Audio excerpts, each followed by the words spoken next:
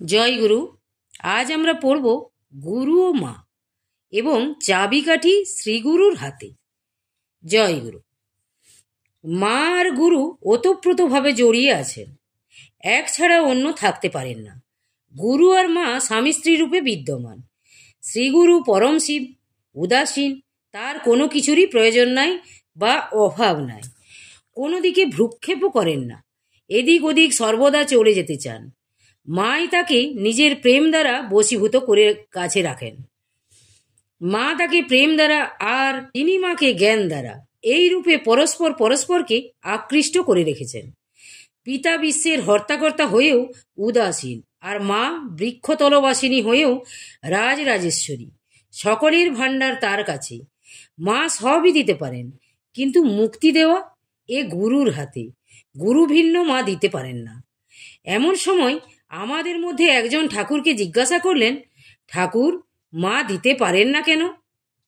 ঠাকুর শুনে বললেন, হ্যাঁ, দিতে পারেন, তবে তা শ্রীগুরুর ইঙ্গিতে বা অনুমতিতে। তাই বলছি, চাবিকাঠি শ্রীগুরুর হাতে। তিনি দিতে বললে মা দেবেন, নইলে দেবেন না। গুরুর আজ্ঞা ব্যতীত মা জ্ঞান বা মুক্তি দিতে পারেন না। এই জন্য বলছি, আমাকে ফাঁকি দিলে তোমরা ফাঁকিতে পড়বে। আমি তোমাদের ফাঁকি না দেখলেও আমার মধ্যে যে অন্তর্যামী গুরু আছেন, তিনি সব দেখছেন। ফল দেবার সময় তিনি দেখে দেখে ফল দেবেন। আর এই যে মা, ইনি সর্বদা দেখবেন তার স্বামীকে কেউ ফাঁকি না দেয়। ফাঁকি দিলে সে ফাঁকি ধরিয়ে দেবে, আর স্বামীর ভাণ্ডার যাতে রক্ষা হয় তার চেষ্টা করবে। এই মাই মহামায়া। ইনি পথ ছেড়ে না দিলে গুরু কৃপা লাভ করা যায় না। মা দ্বার রোধ করে বসে আছেন শ্রীগুরুর ইঙ্গিতে। গুরুর অনুমতি ব্যতীত দ্বার ছাড়েন না। এই জন্য বলছি, চাবিকাঠি শ্রীগুরুর হাতে। শ্রীগুরু চরণে বিশ্বাস থাকলে, শ্রীগুরুর কৃপাপাত্র হলে মা তাকে কোলে করে শ্রীগুরুর কাছে পৌঁছে দেন। এমন সময় প্রজ্ঞানন্দ মহারাজ জিজ্ঞাসা করলেন, আর কেউ যদি মাকেই ভালোবাসে, ভক্তি করে, তবে মা সেখানে নিয়ে যেতে পারেন কি না? ঠাকুর বললেন, সাধক যদি মাকেই চায়, তবে মার যা আছে তাই দিয়ে সাধককে ভুলাতে চেষ্টা করবেন।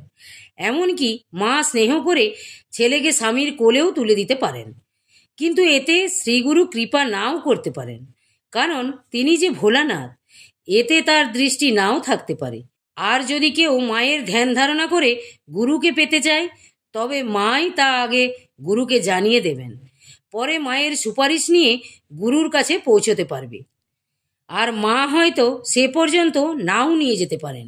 তিনি তার নিজ ভাণ্ডারের জিনিস দিয়ে ছেলেকে ভুলিয়ে রাখতে চেষ্টা করবেন।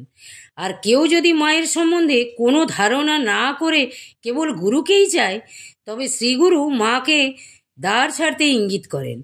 তার ভার শ্রীগুরু নিজেই গ্রহণ করেন। প্রজ্ঞানন্দ মহারাজ বললেন, ঠাকুর, তাহলে গুরু কি মাকে ভালোবাসেন না? ঠাকুর বললেন, গুরু তো নিজে ভালোবাসেন না।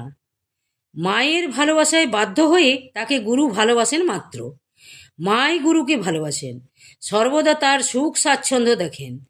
গুরু সদাশিব, উদাসীন, কোনো দিকে ভ্রুক্ষেপও করেন না।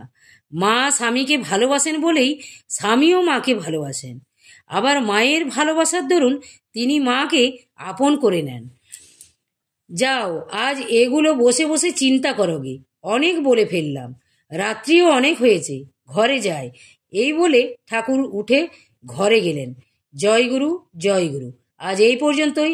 যদি আপনাদের ভালো লেগে থাকে তাহলে চ্যানেলটিকে সাবস্ক্রাইব করে সাথে থাকবেন। জয় গুরু, জয় গুরু।